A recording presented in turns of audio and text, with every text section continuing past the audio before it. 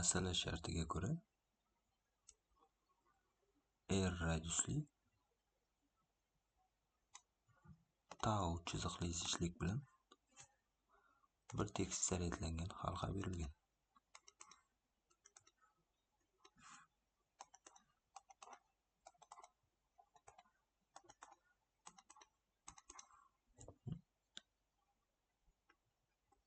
Halqa markazidan 5 cm da yotuvchi nuqtadagi, ya'ni halqa o'qida yotuvchi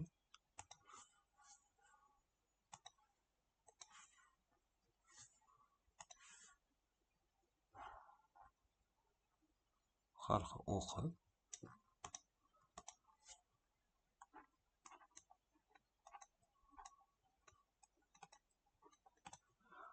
o'qida yotuvchi nuqtadagi potensial so'ralmoqda. Halqa radiusi r ga teng.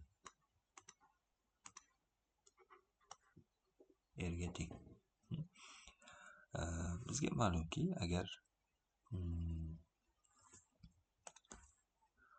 u nuqtaviy zaryad berilgan bo'lsa, bu zaryaddan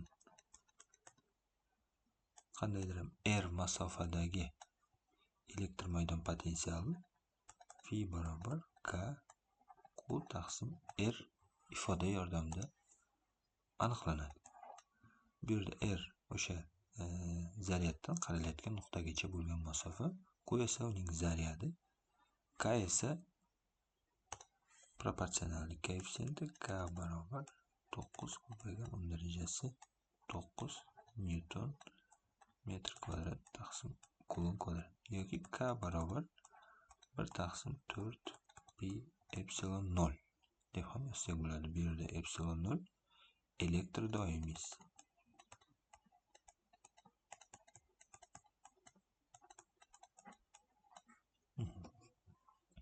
Faqat birinchi ifodani nuqtaviy zaryad uchun ishlatish mumkin.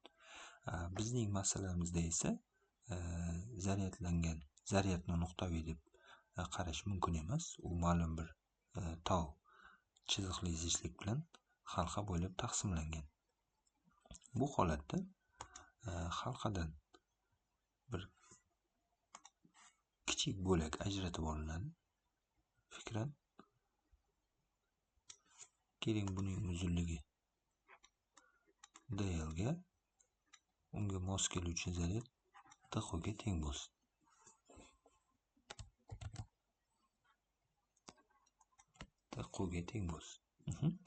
Bu bo'lak shu darajada kichikki, uni nuqtaviy zaryad deb hisoblash mumkin bo'ladi. Bu bo'lak qaralayotgan nuqtadan r masofada joylashgan va bu bo'lakni endi nuqtaviy zaryad deb hisoblashimiz mumkin va bu bo'lakning biz qarayotgan masalan A nuqtadagi elektr maydonining potensialini hisoblash uchun endi birinchi ifodadan foydalanish mumkin. U holda d phi barobar k dq taqsim r bo'ladi. Ya'ni bu halqadan ajratib olingan dq zaryadning A nuqtadagi elektr maydon potensiali hisoblanadi. Bu ikkinchi ifodamiz bo'lsin. Halqadan yana shunday kichik bo'laklarni ajratib olishimiz mumkin va butun halqaning A nuqtadagi potensiali shu bo'laklar hosil qilgan potensialning algebrak yig'indisiga, ya'ni integraliga teng bo'ladi. U holda halqa tomonidan hosil qilayotgan A nuqtadagi elektr maydon potensial uchinchi ifodamizga teng bo'ladi. Uchinchi ifodaga ikkinchi ifodani olib kelib qo'yamiz.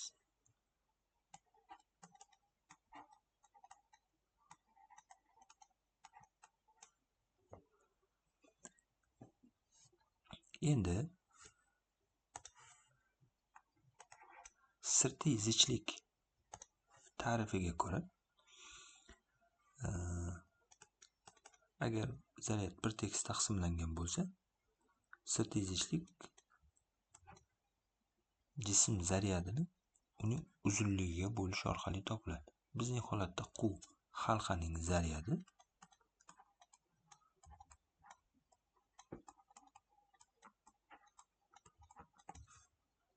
L esa halqa uzunligi.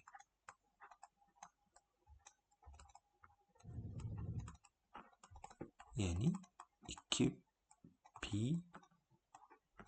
rga teng. Yoki chiziqli chizishni biz ajratib olgan bo'lak uchun ham yozish mumkin. U bo'lakning zaryadi dqga, uzunligi dl ga teng. Bundan dq barobar 4 dl ga tengligi kelib chiqadi.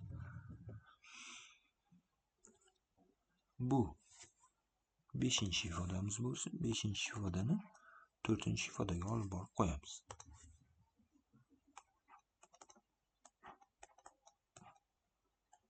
Tau dl taqsim r. R ni esa r bu yerda halqa markazidan qaralayotgan nuqtagacha bo'lgan masofa a ga teng va bo'lakdan a nuqtagacha bo'lgan masofa rlar orasida Pifagor teoremasidan foydalanib r kvadrat plus a kvadrat munosabatini olishimiz mumkin, yoki r barobar r kvadrat taqsim a kvadratning ildiziga teng bo'ladi.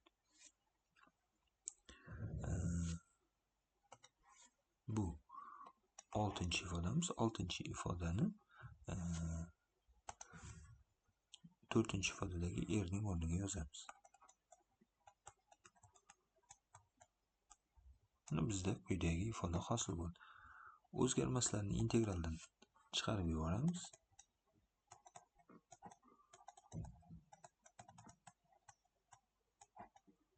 Va dl.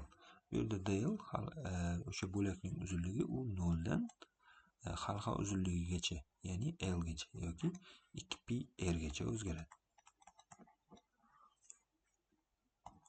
Buni davom etsak, demak, halqa tomonidan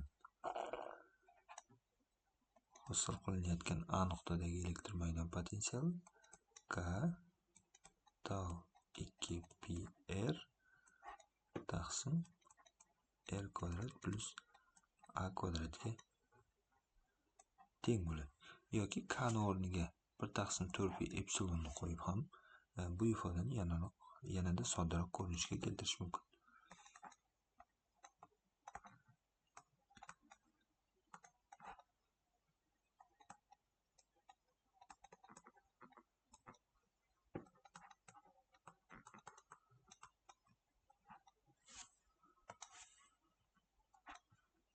Ikkilarni qisqartiramiz.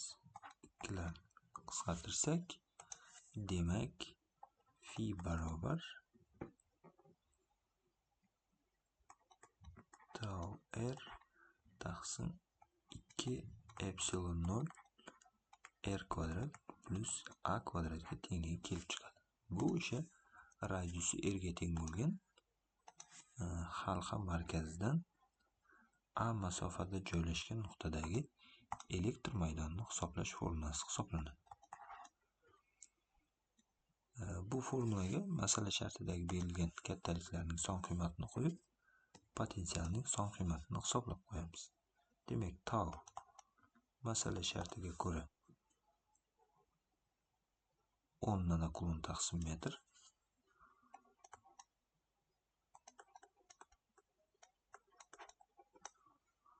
Halqaning radiusi 10 santimetr.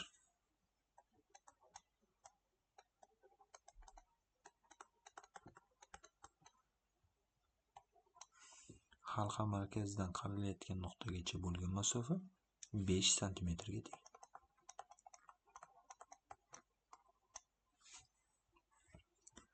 Bu son qiymatlarni 7-ifodaga olib borib qo'yamiz. Fi barobar 10 ko'paygan 10 darajasi minus 9, rimiz 10 ko'paygan 10 darajasi minus 2, 8,85 ko'paygan 10 darajasi minus 12, r kvadratimiz 10 kvadrati 10 darajasi minus 4 plus 25 ko'paygan 10 darajasi minus 4. Shuni hisoblab Fi barobar 505 voltga tengligini aniqlashimiz mumkin.